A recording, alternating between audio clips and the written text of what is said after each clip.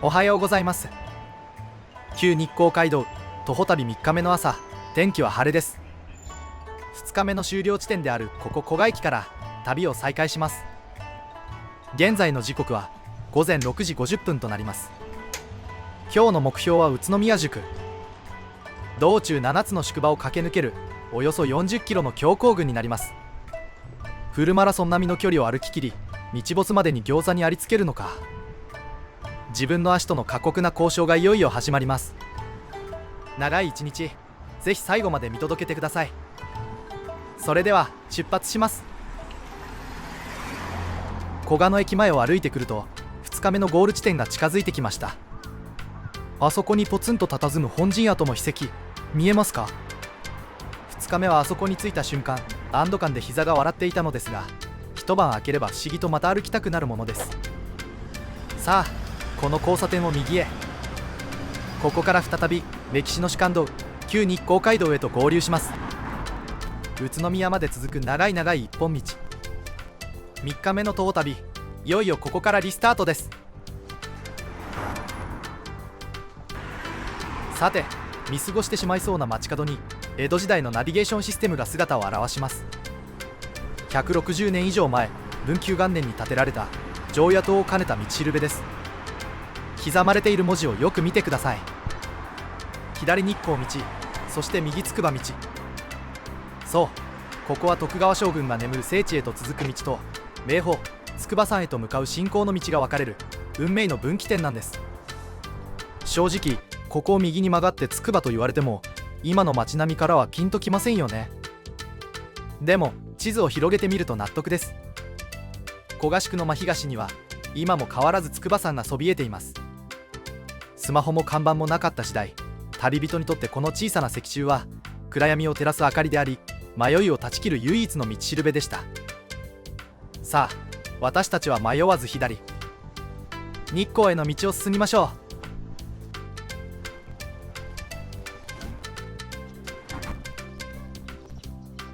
う。道しるべから100メートル程度進んできたところで、旧日光街道は右に折れ曲がります。左へ右へと折れ曲がる道はまるで可燃手を思わせます。少し寄り道をするためまっすぐ進みます。城下町としての面影を残す古賀藩の武家屋敷跡に立ち寄ります。旧日光街道からすぐの場所にあります。日光街道9番目の宿場町として栄えた古賀ですが、実は古賀城を擁する城下町としての顔も持っていました。旅人が行き交う街道のにぎわいと武士が暮らす静かな空間、この2つが隣り合わせにあるのが古賀の面白さですね。見えてきたのは立派な長屋門です。個人宅のため内部は見学できませんが、この外観だけでも当時の威厳が伝わってきませんか？じっくり見学するなら近くにある高見戦跡記念館がおすすめです。家老であり蘭学者でもあった人物の屋敷で、1633年に古賀城の櫓を作った際の余材を再利用したという興味深い歴史も残っています。本陣や道しるべがある表通りの歴史から一歩脇道へ。少し歩くだけで街の表情がガラリと変わるのも街道歩きの醍醐味です。さあ、歴史の深みに触れたところで再び街道へ戻りましょう。古賀藩の武家屋敷を後に、次は宮前町にある鈴目神社へ向かいます。このコンビニのところを左折した三宮道路の正面に鈴目神社があります。宿場のにぎわいと城下町の風格、ここまで見てきた古賀の町を長く見守り続けてきた総鎮寺です。地元の方に愛される信仰の拠点には今どんな空気が流れているのか、街並みの変化を楽しみながらその中心地へと足を進めてみましょう。古賀の町を奥へ奥へと進んだ先に現れる深い森、ここが古賀の総鎮守鈴目神社です。創建は859年、出雲大社から神様を迎えたのが始まりとされる非常に歴史ある場所です。スズメという可愛らしい名前ですが、一説には国鎮めの神と呼ばれていたものがいつしか転じてスズメになったとも言われています。ここは時の権力者たちからも特別な崇敬を寄せられてきました。初代古学坊の足利重氏や歴代の城主、さらには徳川将軍家からも朱印状を与えられるほど、この地域の精神的な柱だったのです。1605年に造営されたという現在の社殿を見上げると、400年以上の時を超えて伝わる重みがダイレクトに伝わってきます。街道沿いの賑やかさとは少し違う城下町の人々の暮らしと信仰が深く根付いた静かな空間。ここを訪れると古賀という町の本当の中心に触れたような、そんな気がしてきます。古賀には宿場町や城下町以前のさらに古い記憶も眠っています。それが万葉古賀の歌碑です。日本最古の歌集万葉集にここ古賀を読んだ歌が2首収められています。歌の中にある枕賀の古賀というのは古賀を指す古い言葉です。歌詞には船を漕ぐ様子や私の風景が登場します。つまりここは江戸時代の街道として整備されるはるか昔から水運の要所として人々の営みがあった場所なのです。旧日光街道を歩いているとどうしても江戸時代の景色に目が向きがちですが、こうして万葉の時代まで一気に時計の針を戻せるのも古賀という土地の奥深さですね。街道、お城、そして万葉の時代から川と共に歩んできた土地、歴史の層が幾重にも重なっていることを足元から実感します。スズメ神社の静寂に包まれ、心がふっと軽くなったところで旅をリスタートです。再び旧日光街道の本流へと合流します。寄り道で見つけた古賀の知られざる横顔、それらを知る前と今とでは足元に続くこの一本道の見え方も少しだけ変わっている気がします。さあここからはまた自分との戦いです。県境を越え次なる宿場乃木へと歩みを進めていきます。さて皆さんは江戸時代にも交通規制やバイパスがあったことをご存知でしょうか。その証拠がこの路地に残る祭礼道の道しるべとなります。かつてスズメ神社の祭礼ともなると古賀の町は歩くのも困難なほどの人混みに膨れ上がったそうです。しかしここは将軍も通る日光街道、旅人の通行を止めるわけにはいきません。そこで祭りの熱狂から旅人を逃がすために用意された公式の回り道がこの祭礼道だったのです。原町港や横山口に今もひっそりと立つ道しるべはいわば江戸時代の交通案内板。こうした小さな石柱一本から当時の人々の知恵や旅人への配慮が透けて見えてきます。これだから旧街道を歩くのが楽しいのです。茨城県を越えついに栃木県へと足を踏み入れました。その境目で私たちを待ち構えているのがこの一の鳥居です。今日は先を急ぐ旅ゆえここでお辞儀をして先へ進みます。しかしこの鳥居の奥に眠る歴史は素通りするにはあまりに濃密です。創建は1600年前、仁徳天皇の御代征夷大将軍坂上田村麻呂が勝利を誓い、源頼朝や実朝が愛馬を捧げたというまさに武将たちの聖域。先ほどの鳥居の先には200年前に古賀藩主によって再建された県の文化財にも指定される壮麗な社殿が鎮座しています。春には二輪草が咲き乱れ、森には野生のフクロウが潜む、そんな神秘的な森が街道のすぐ脇に広がっているのです。下野国の神様にご挨拶を済ませ、いよいよ10番目の宿場乃木宿へと向かいます。振り返れば先ほどまでいた古賀は城下町の威厳に満ちた華やかな町でした。そこから利根川、渡良瀬川という巨大な水の境界を越え、今私たちは10番目の宿場乃木宿の懐へと入りつつあります。正直に言えば乃木は日光街道の中でも非常に小さな宿場です。前の古賀宿があまりに立派だっただけに、当時の旅人もふっと肩の力が抜けるような感覚になったのではないでしょうか。派手な本陣や賑やかな商店がなくても旅人にとって宿場は命をつなぐ場所。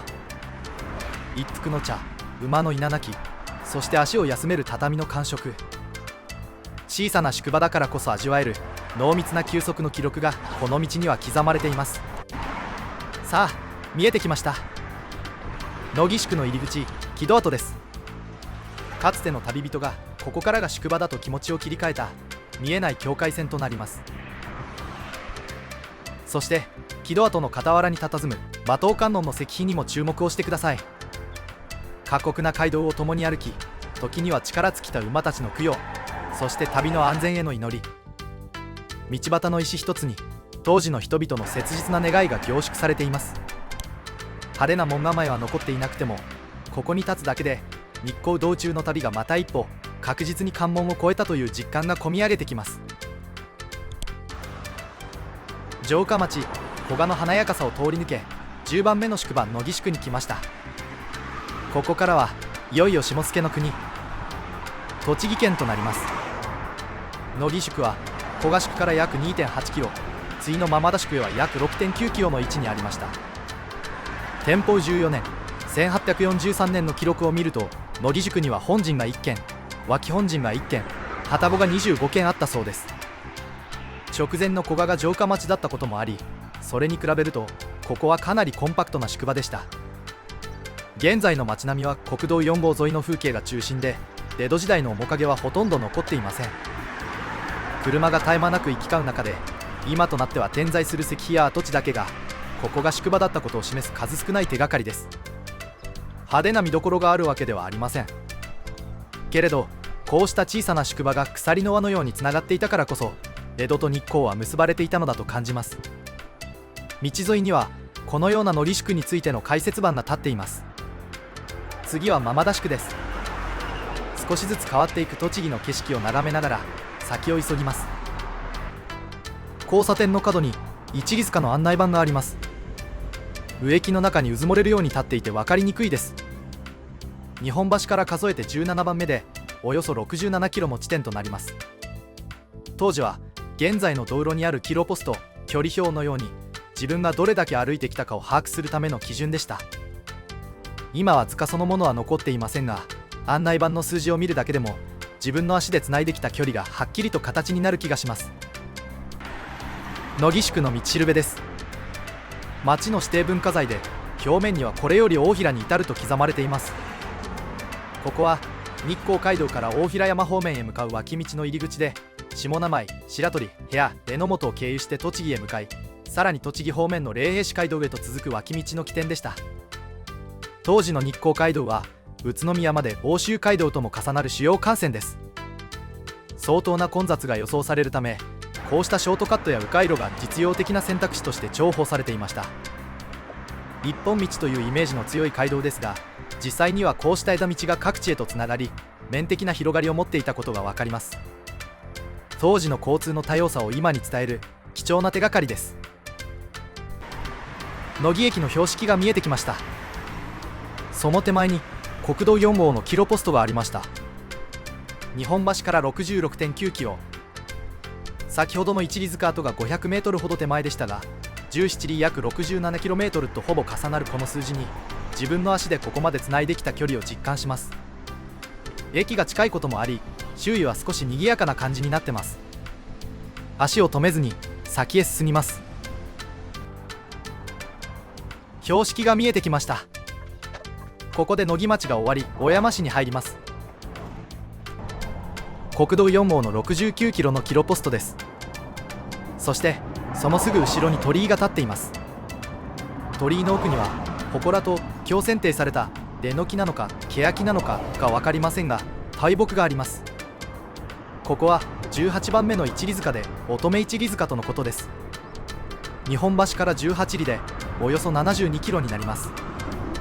現在のキロポストが示す69キロという数字とのズレは、旧道と現道のルートの違いによるものでしょう。かつての距離の基準点であったこの場所を通過し、次なる宿場間々台へと向かいます。そして一里塚から1キロ進んできたので、当たり前ですが70キロポストです。また少し寄り道をします。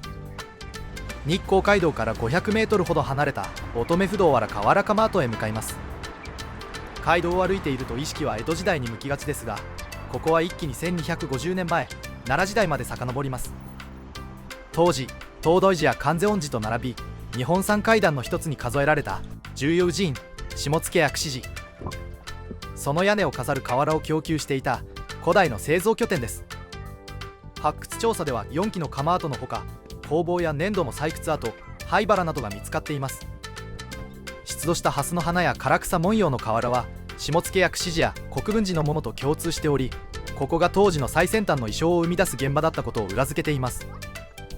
現在は史跡公園として整備されていますが、かつてはここで粘土を掘り形を整え木を入れるという全工程が行われていました。江戸の宿場歩きの途中で不意に現れる古代の生産現場となります。こちらが平釜跡です。乙女不動藁で見つかった窯の中でも実際に瓦を並べて焼成していた遺構になります。成形された粘土瓦はこの空間で高温の炎にさらされ、作られた瓦は下野や櫛地なども大寺院へと送り出されていきました。奈良時代の巨大な伽藍を支えたいわば屋根瓦の生産ラインがここにあったことが分かります。平窯の構造模型です。復元された窯の一部は切り取られ、地下に作られた窯を断面で見られるように瓦の焼き方を視覚的に理解できる設計になっています。ただ粘土を焼くだけでなく、火の周りを計算した配置や精密な温度管理など当時の高度な職人技術がうかがえます。1250年前のものづくりの合理性を断面から観察できる興味深い遺構です。そしてこちらが瓦集積場の跡です。多くの瓦の破片が見つかっていることから焼き損じた瓦や完成した製品を一時的に集めておいた場所と考えられています。工房の跡です。採掘された粘土を瓦の形に整えていく、いわば製造のメインステージですね。市の資料でも窯跡や粘土採掘工と並んでこの工房の存在も確認されています。ここで作られていたのは蓮の花や唐草をあしらったデザインの瓦などもありました。それらは下野や櫛地や国分寺など名だたる寺院で見つかったものと同じ特徴を持っています。職人たちが実際に手を動かし形を生み出していた場所となります。粘土採掘工の跡です。瓦の原料となる粘土はこの場所から掘り出されていたとされています。小山市の資料でもここが採掘の現場であったことが確認されています。掘って形を整え、そして焼く。瓦作りにおける一番最初の工程がこの足元から始まっていたんですね。土の広場です。瓦を窯で焼く前までの工程、粘土の採掘、保管、調合、熟成から形成までが行われていた場所だったようです。こうした瓦作りの原点である土を感じられる場所となります。粘土溜めの跡です。掘り出した粘土をすぐに使うのではなく、水分を調整して作業しやすい状態に整えるためのストック場所です。乙女不動原川ラガマートを歩いてきましたが、ここはただ窯の跡があるだけではないんですね。粘土を掘り、溜め、形を作り、集める。そして最後に焼く。奈良時代の瓦作りの全工程がこの一つの史跡の中に凝縮されています。江戸の街道をたどる旅の途中で不意に出会ったさらに古い時代のものづくりの現場。この土地が街道として整備されるずっと前から重要な役割を担っていたことを改めて実感しました。さて、寄り道はここまで。旧日光街道に戻って先を急ぐことにします。乙女不動原川ラガマートを後に街道を離脱した間田駅入口交差点まで戻ってきました。ここを左に曲がって再び宇都宮方面へ。旧日光街道の歩き旅をリスタートします。小山市乙女にある小川家住宅です。もともとは重井川のほとり乙女菓子で肥料問屋を営んでいた旧家となります。当時は川の水運が物流の主役。そこで商売を広げた岡家は明治の終わり頃、現在の国道4号にあたる日光街道沿いへと拠点を移しました。敷地内に並ぶ母屋や複数の蔵はその際に新築あるいは川岸から移築されたもの、合わせて5棟が国の登録有形文化財になっています。街道を歩いて陸路と水路が交差して生まれた商いの歴史に触れるのも徒歩旅の醍醐味ですよね。ここは愛のえのきです。日光街道を歩く上でここは一つの大きな節目となる場所となります。江戸から18里、そして日光までも18里、ちょうど全工程の中間地点にあたるとされています。もともとは中間を意味する間のえのきと呼ばれていましたが、いつしか愛のえのきと書かれるようになり、縁結びのスポットとしても親しまれるようになったそうです。日本橋からおよそ72キロ、ようやく半分まで来たという達成感と、ここからさらに同じ距離を歩くという現実。このえのきを見上げると旅の折り返し地点にいることを物理的な距離として強く実感します。キロポストが見えてきました。日本橋から72キロの地点となります。そのすぐ裏手に間田宿の問屋バートがあります。宿場というと本陣や旅籠が目立ちますが、実際に街道の物流を動かしていたのはこの問屋場です。次の宿場へ荷物を送るための人足や馬を手配する、いわば街道の運行管理センターのような場所でした。日光街道の中間地点であるこの場所で人や馬が入れ替わり、バトンもつなぐようにして旅は北へと続いていったのですね。問屋バートから少し歩いたところにまた案内板があります。今度はママダ宿の本陣跡です。本陣は大名や幕府の役人など身分の高い方々が宿泊や休憩に利用した特別な施設でした。江戸と日光のちょうど中間に位置するママダ宿は日光へ向かう大名や旗本にとっても旅の疲れを癒す重要な拠点だったのではないでしょうか。現在は建物こそ残っていませんが、この案内板がかつてここが宿場の中心としてにぎわっていたことを今に伝えています。本日の動画はここママダ宿までとなります。今回は古賀宿からスタートし、野木宿、そして日光街道の中間地点にあたるママダ宿まで歩きました。城下町の面影が残る古賀宿、静かに街道の歴史を伝える野木宿、そして旅の折り返しを感じさせるママダ宿。日光への道のりもいよいよ後半へと入っていきます。次回もこの先の街道をたどりながら次の宿場へと向かっていきます。本日もここまでご視聴いただきありがとうございます。